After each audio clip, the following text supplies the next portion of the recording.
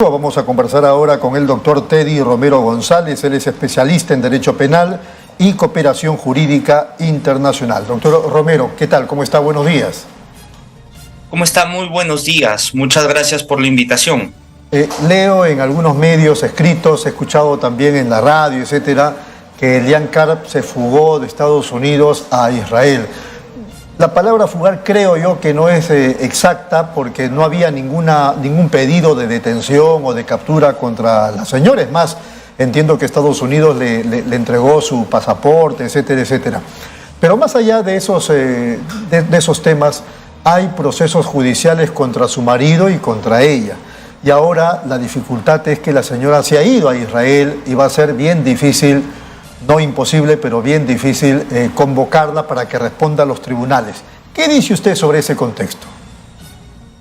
Bien, mire, esto es como usted bien ya lo ha mencionado, efectivamente, no podríamos hablar propiamente de una fuga porque esto surgiría a partir de algo clandestino, ¿no? Sin embargo, la señora Elian Karp no contaba con un mandato, en todo caso, vigente, de orden de captura internacional. Y esto parte a razón de ¿qué? Del proceso penal que se está llevando aquí, ¿no? Entonces, la medida coercitiva de carácter personal, que en todo caso recaía sobre la señora Elian Karp, tiene una razón de ser y forma parte de la investigación que se le sigue a una persona, ¿no? Para asegurar su presencia dentro del proceso penal, y en este caso para asegurar las investigaciones. Hay que tener en cuenta algo bien preciso y puntual, y esto básicamente va a raíz de un tema procesal, porque tengamos en cuenta de que el caso Ecoteva ya se encuentra en un estadio procesal que es digamos, vamos a llamarlo así, el último estadio procesal, que es el de juicio oral. Entonces, entiendo yo que a razón de todo el proceso penal, la medida coercitiva de prisión preventiva ya no estaría vigente porque, o por dos situaciones, porque ya entró a este estadio procesal o porque ya cesó la medida de prisión preventiva. Y ojo, hay que tener también en consideración esto que es muy importante. Quien dicta una medida de coerción o una medida coercitiva, en este caso de carácter personal, a una persona o un investigado, es el juez de investigación preparatoria dentro de un proceso penal. Entonces, el estadio procesal en el que nos encontramos es una etapa de juicio, y ya esto pertenece a un juzgado colegiado por el delito, ¿no? Y un juez de juzgamiento no puede otorgar o dictar una medida coercitiva de carácter personal porque ya nos encontramos en otro estadio procesal. Entonces, ya no es competencia del juez de juzgamiento dictar esa medida coercitiva. Y otro punto también que hay que tener en cuenta es lo siguiente. Si es que la señora Elian Karp ha podido salir de Estados Unidos, ¿no? Y de alguna manera el juez Gibson ya entregó el pasaporte, sería por una razón de que el juez de investigación preparatoria ya ha tenido que cesar el mandato de prisión preventiva por el estadio procesal en el que se encuentra, ¿no? Evidentemente, esta es una situación ya en el procedimiento de extradición, porque se le está requiriendo a la señora Elian Karp, un poco complicado, vamos así decirlo, porque no existe o no media con la República de Israel un tratado de extradición. De acuerdo, entonces, pero ¿hay algún antecedente, aun cuando no hay un tratado de extradición con Israel, que, digamos, sirva como un elemento a considerar para también convocarla ante los tribunales a Elian Karp, o no hay antecedentes? Bien, mira, esto también es otro tema y quería ahondar un poco en eso. Si bien es cierto, no es que por el hecho de permanecer en Israel se haga imposible que sea viable un pedido de extradición. Sin embargo, sí resulta un poco más complicado. Como no tenemos tratado, podría aplicarse un principio que se llama el principio de reciprocidad, ¿no? Sin embargo, para que medie este principio, debe haber un comportamiento previo para que los estados adopten, digamos, esta situación. Y bueno, en el Perú no se tiene un conocimiento, bueno, dentro de lo que conozco no tenemos algo que ya se haya podido efectivizar y adoptar como un comportamiento previo entre ambos estados para poder ser viable la extradición. Ahora, ella tiene varias nacionalidades, pero también recordemos que es peruana, ha sido primera dama, ha estado en el poder por 5 años, claro, el presidente era su marido, etcétera, etcétera. ¿Eso ayuda en el tema de convocarla aquí al país?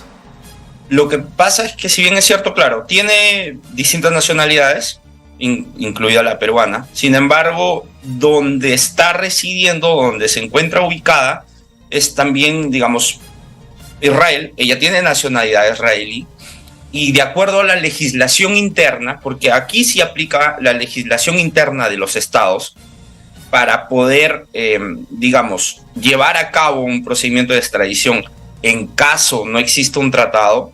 Entonces, se sabe que ni Bélgica, que también tiene nacionalidad belga la señora Elian Karp, ni Israel entregan a sus connacionales. Entonces hace un poco más complicada la situación. Muy bien, vamos con la pregunta del doctor Aguilar. ¿Qué tal, Teddy? Bien concreto lo que has explicado. Elian Karp, pues, tienes razón, no se ha fugado, ella ha transitado libremente. Es más, creo que solicitó el $1.000.000 que Alejandro Toledo había puesto de caución. Me parece que si se ha ido es porque se lo han entregado, no había otra manera, porque ya Alejandro Toledo ha sido extraditado.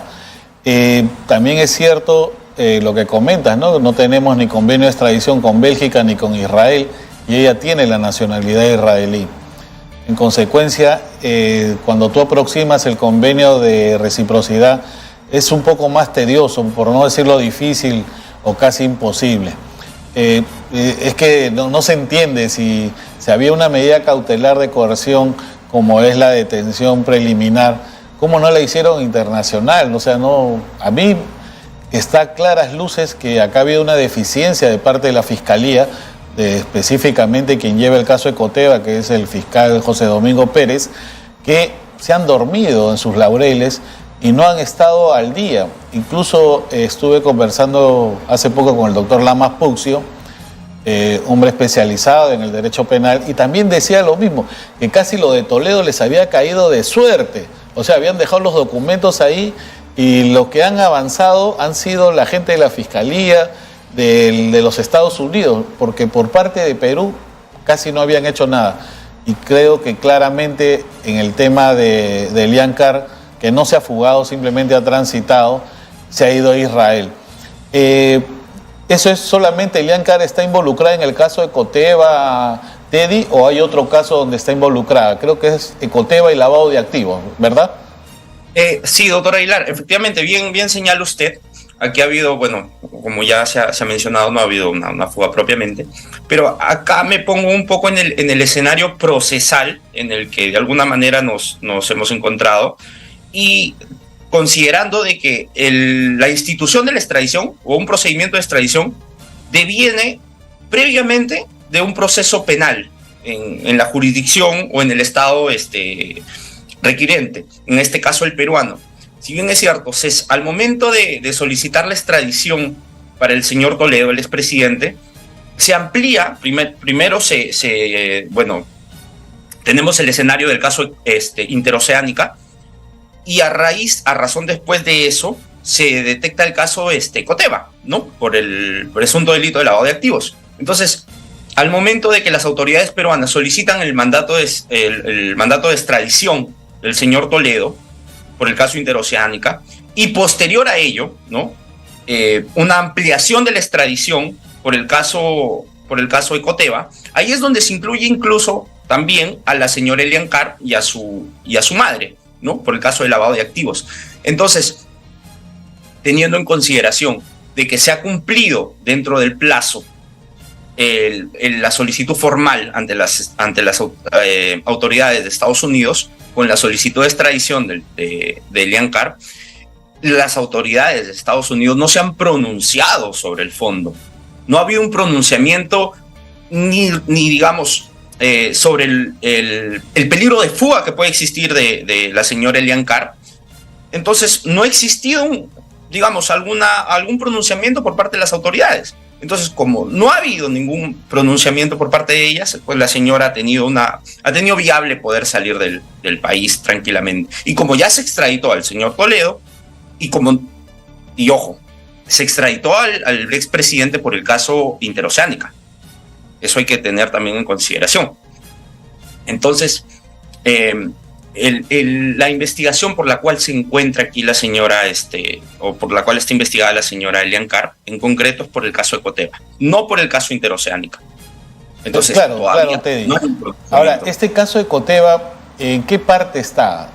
¿Solamente está en acusación? ¿Se ha formado la acusación penal? ¿En qué estado está el caso Ecoteva? Ecoteva, recordemos que es el tema de la compra de la casa, la compra de las oficinas, este dinero que según Alejandro Toledo decía que Eva Fernenboom había recibido por parte de un premio o una compensación por el holocausto que habían vivido los judíos en esa época, ¿no? Ese fue el argumento de Alejandro Toledo. Efectivamente, eso fue el argumento, pero esto viene, bueno, de acuerdo a las investigaciones, más allá de adelantar un poco de opinión, a razón de los desvíos de fondos del caso, pues, Interoceánica, ¿no? Del caso Odebrecht. Entonces, ¿en qué estadio nos encontramos? En el caso Ecoteva nos encontramos ya en la última etapa, que es la etapa de juzgamiento, ¿no? Entonces, caracterizada principalmente porque ya pasó un filtro previo, que es la etapa de investigación, y la etapa intermedia, ¿no? El control de acusación para que pueda proceder a juicio. Lo característico también de esta etapa es de que no conoce el mismo juez de investigación preparatoria, sino que lo conoce un juez de juzgamiento, a quien se le va a mostrar todo, toda la investigación y todas las pruebas que se tienen o que se ha tenido durante los procesos, durante las etapas previas al juez de juzgamiento. Ahora, es importante, quiero dejar dar a conocer un poco este tema que es importante, considero yo, tener en consideración, que si bien es cierto, la institución de la extradición se da a razón de dos situaciones. Por una medida coercitiva de carácter personal, ¿no?, para asegurar la presencia del extraditable en un proceso penal previo, o para el cumplimiento de una sentencia ya emitida por un juez. Teddy, una consulta. Breve. Sí, rapidísima, y para que también creo que no está todo perdido de repente. En este caso de Ecoteva se va a avanzar rápido, están las pruebas, viene una condena, creo yo, tanto para Alejandro Toledo como para Elian Carr, que son partícipes de esto. ¿En este juicio se le reservaría el juicio de Elian Carr o se le condenaría? En ausencia. Y eso en ausencia. Y eso, mañana más tarde, habría una alerta internacional. Ella no podría salir de Israel, sería capturada en cualquier parte del mundo. ¿Esto es así?